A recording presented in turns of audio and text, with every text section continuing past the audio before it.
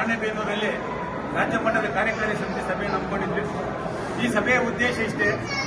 2007ರಲ್ಲಿ ಸರ್ಕಾರ ಪ್ರೊಫೆಸರ್ ಎಲ್.ಆರ್. ವೈದ್ಯನಾಥನ್ ವರದಿಯನ್ನು ಅಂಗೀಕರಿಸಿ ಕ್ಯಾಬಿನೆಟ್ ಅನುಮೋದನೆ ಆಗಿ ಗೆಜೆಟ್ ನೋಟಿಫಿಕೇಶನ್ ಆಗಿ ದೈಹಿಕ ಶಿಕ್ಷಣ ಶಿಕ್ಷಕರು ಬೇಕಾಗಿರ್ತಕ್ಕಂಥ ಎಲ್ಲ ಸೌಲಭ್ಯಗಳು ವರದಿಯಲ್ಲಿ ಕೊಟ್ಟಿದೆ.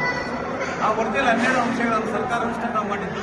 13ನೇ ಅಂಶ ಆಗಿರ್ತಕ್ಕಂಥ ದೈಹಿಕ ಶಿಕ್ಷಣ ಶಿಕ್ಷಕರನ್ನು ಮುಖ್ಯ ಶಿಕ್ಷಕರ ಮುಂಬಡ್ತಿ ಸೇರಿದಂತೆ ಸಹಶಿಕ್ಷಕರಿರ್ತಕ್ಕಂಥ ಎಲ್ಲ ಸೌಲಭ್ಯಗಳು ನೀಡುವ ಉದ್ದೇಶ ವರದಿಯನ್ನು ಸರ್ಕಾರ ಈಗಾಗಲೇ ಅಂಗೀಕರಿಸಿದೆ. ಗೆಜೆಟ್ ನೋಟಿಫಿಕೇಶನ್ ಆಗಿದೆ. ಆದರೆ ಸರ್ಕಾರ ಇಲ್ಲ ತನಕ ಅನುಷ್ಠಾನ ಆದೇಶ ಮಾಡದ ಕಾರಣ ಇವತ್ತು ರಾಜ್ಯಾದ್ಯಂತ ಸುಮಾರು ಶಿಕ್ಷಕರು ಹೋರಾಟಗಳನ್ನು ಮಾಡಿದ್ರು. ಆದರೆ ಮಕ್ಕಳ ಹಿತಾದೃಷ್ಟಿಯಿಂದ ಇವತ್ತು ಮಕ್ಕಳು ಯಾವುದೇ ರೀತಿ ಕ್ರೀಡಾಕೂಟವನ್ನು ಬಹಿಷ್ಕಾರ ಮಾಡಬಾರ್ದು ಉದ್ದೇಶದಿಂದ ಮಕ್ಕಳಿಗೆ ನಮ್ಮಿಂದ ತೊಂದರೆ ಆಗಬಾರ್ದು ದೊಡ್ಡ ಪಟ್ಟಿ ಕಟ್ಟಿ ಒಂದು ಕ್ರೀಡಾಕೂಟವನ್ನು ಮಾಡ್ತಾ ಇದ್ದೀವಿ. ಮುಂದೆ ಆಗಸ್ಟ್ 29ನೇ ತಾರೀಕಿನಲ್ಲಿ ಸರ್ಕಾರ ನಮ್ಮ ಬೇಡಿಕೆಯನ್ನು ಸಮಸ್ಯೆಯನ್ನು ಬಗೆಹರಿಸದೆ ಹೋದಲ್ಲಿ ಅನಿರ್ದಿಷ್ಟಾವಧಿ ಮುಷ್ಕರಕ್ಕೆ ಕರೆ ಕೊಟ್ಟಕ್ಕಂಥ ನಿರ್ಣಯವನ್ನು ಅಂಗೀಕರಿಸಿದೆ.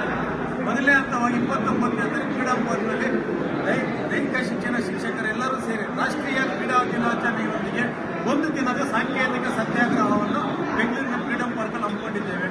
ತದನಂತರ ಅನಿರ್ದಿಷ್ಟಾವಧಿ ಸತ್ಯಾಗ್ರಹಗಳನ್ನು ನಾವು ಹಮ್ಮಿಕೊಳ್ತಕ್ಕಂಥ ಇವತ್ತು ನಮ್ಮ ಸಭಾಪತಿಗಳು ಹೋರಾಟಕ್ಕೆ ಹೋಗಬೇಡಿ, ನಾವು ಸರ್ಕಾರ ಬಗೆಹರಿಸಿರ್ತಕ್ಕಂಥ ಆಶ್ವಾಸನೆ ಹೇಳ್ತಾ ಇದ್ದಾರೆ. ಆದರೂ ನಮ್ಮ ಇಷ್ಟು ಸಮಸ್ಯೆಗಳು ಬಗೆಹರಿಸಿದ ಹೋರಾಟವೇ ನಮ್ಮ ಮುಂದೆ ಒಂದು ಹಂತ ಹೋಗಲೇಬೇಕಾಗಿದೆ. ಮುಖ್ಯವಾಗಿ ದೈಹಿಕ ಶಿಕ್ಷಣ ಶಿಕ್ಷಕರನ್ನ ಸಹ ಶಿಕ್ಷಕರನ್ನು ಪರಿಗಣಿಸಿರ್ತಕ್ಕಂಥ ಸರ್ಕಾರ ಅದೇ ಸಹ ಶಿಕ್ಷಕರಿರ್ತಕ್ಕಂಥ ಎಲ್ಲ ಸೌಲಭ್ಯಗಳನ್ನು ನೀಡಬೇಕು. ಖಾಲಿ ಇರ್ತಕ್ಕಂಥ ದೈಹಿಕ ಶಿಕ್ಷಣ ಶಿಕ್ಷಕರ ಹುದ್ದೆಗಳನ್ನು ನೇಮಕಾತಿ ಮಾಡಬೇಕಾಗಿರ್ತಕ್ಕಂಥದ್ದು ಸರ್ಕಾರ.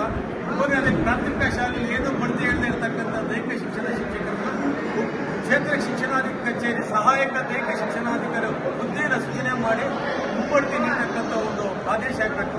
ಮತ್ತೆ ದೈಹಿಕ ಶಿಕ್ಷಕ ನೇಮಕಾತಿ ಇರತಕ್ಕಂಥ ಮಕ್ಕಳ ಸಂಖ್ಯೆಯನ್ನು ರದ್ದುಪಡಿಸಿ ಪ್ರತಿ ಶಾಲೆ ಕಡ್ಡಾಯವಾಗಿ ದೈಹಿಕ ಶಿಕ್ಷಣ ಶಿಕ್ಷಕರು ಮತ್ತು ಉಪನ್ಯಾಸಕರಿಗೆ ನೇಮಕಾತಿ ಮಾಡಬೇಕು. ಮತ್ತೆ ದೈಹಿಕ ಶಿಕ್ಷಣ ಸರ್ಕಾರ ಕೊಟ್ಟಿರ್ತಕ್ಕಂಥ ಏನು ಅನ್ಯಾಯ ಇದೆ ಅದನ್ನು ಸರಿಪಡಿಸಬೇಕಾದ ನಿಟ್ಟಿನಲ್ಲಿ ನಾವು ಈ ಒಂದು ಸಭೆಯ ಒಂದು ಹೋರಾಟ ನಂಬಿಕೊಂಡಿರೋದ್ರಿಂದ ಸರ್ಕಾರ ಈ ರಾಜ್ಯದ ದೈಹಿಕ ಶಿಕ್ಷಣ ಶಿಕ್ಷಕರನ್ನು ಹೋರಾಟಕ್ಕೆ ಬಿಡದೆ ನಮ್ಮ ಸಮಸ್ಯೆಯನ್ನು ಬಗೆಹರಿಸತಕ್ಕಂಥ ವಿಶ್ವಾಸ ನಮ್ಗೀಗಲೂ ಇದೆ.